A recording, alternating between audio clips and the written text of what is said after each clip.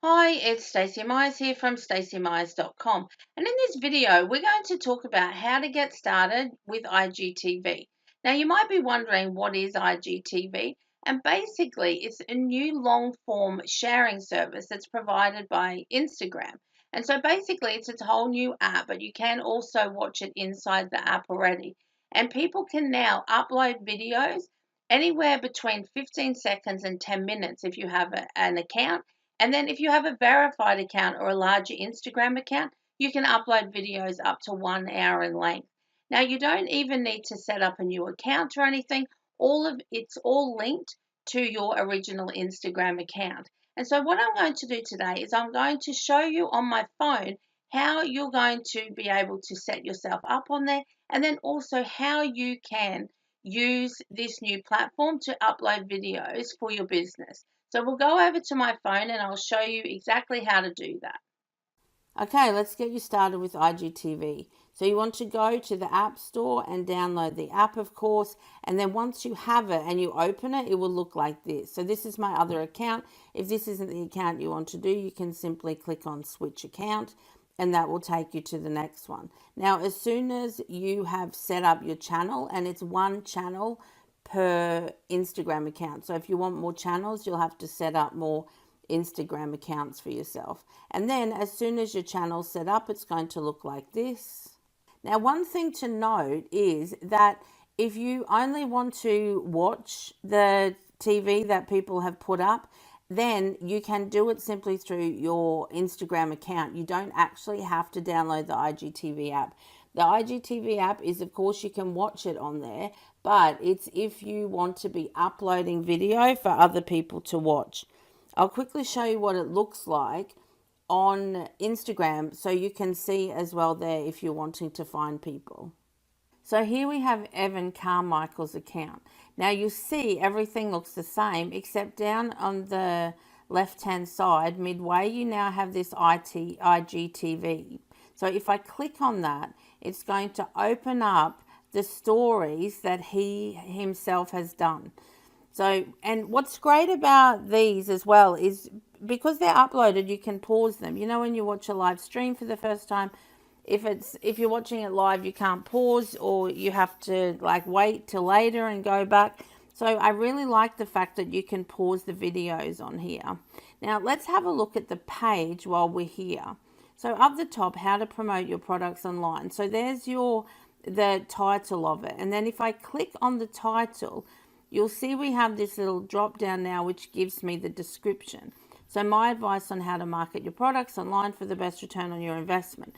Now, what's really great about this is that I can actually put a clickable link in the description, which is a really great thing. So if I want to send people somewhere else or give them further information about something, I can actually put the link into my description there. So that's really great.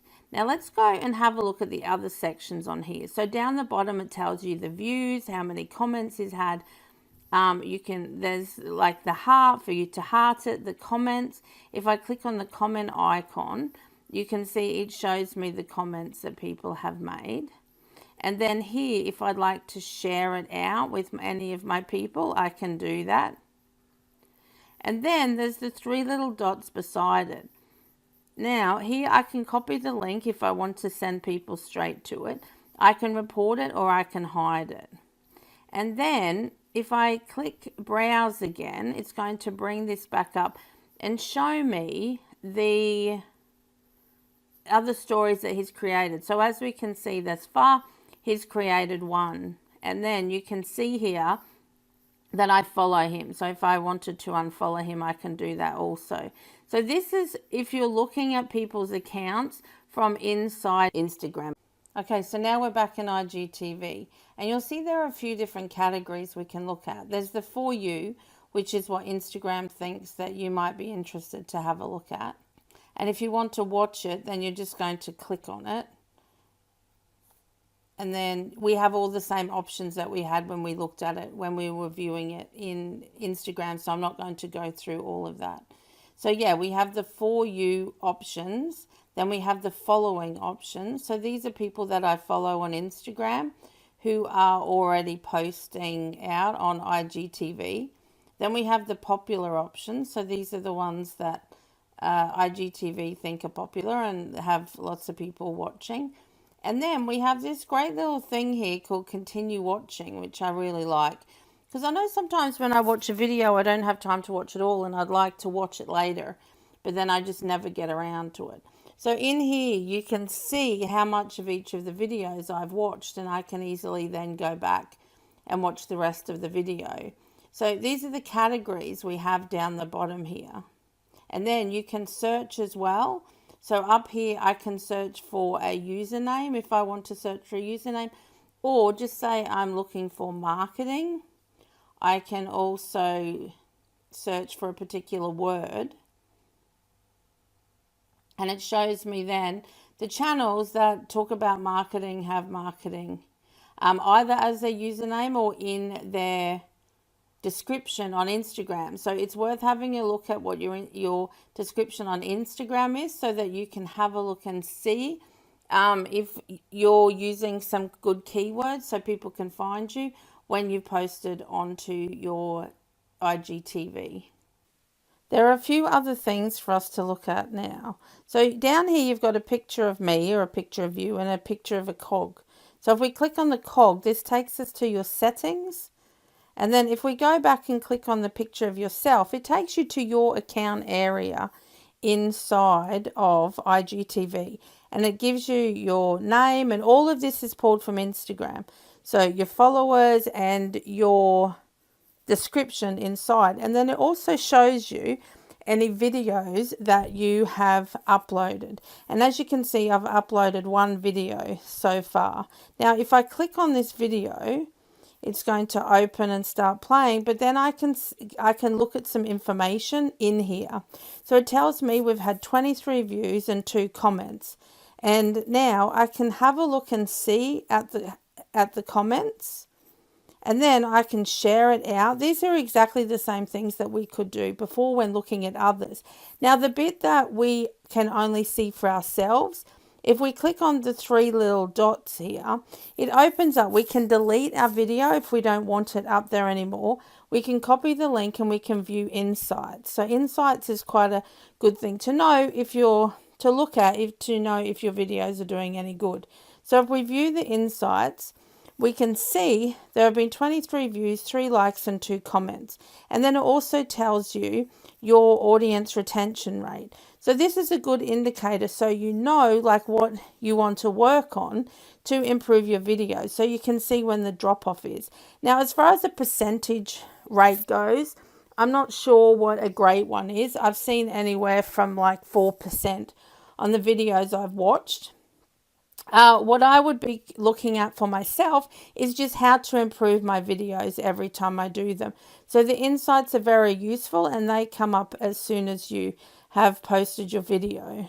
And to get back to the main area, you just click browse again. Now, if I want to upload a video of my own, then I'm going to click about halfway down on the right hand side. Might be a little bit hard to see, is the little plus button. So I'm going to click on that.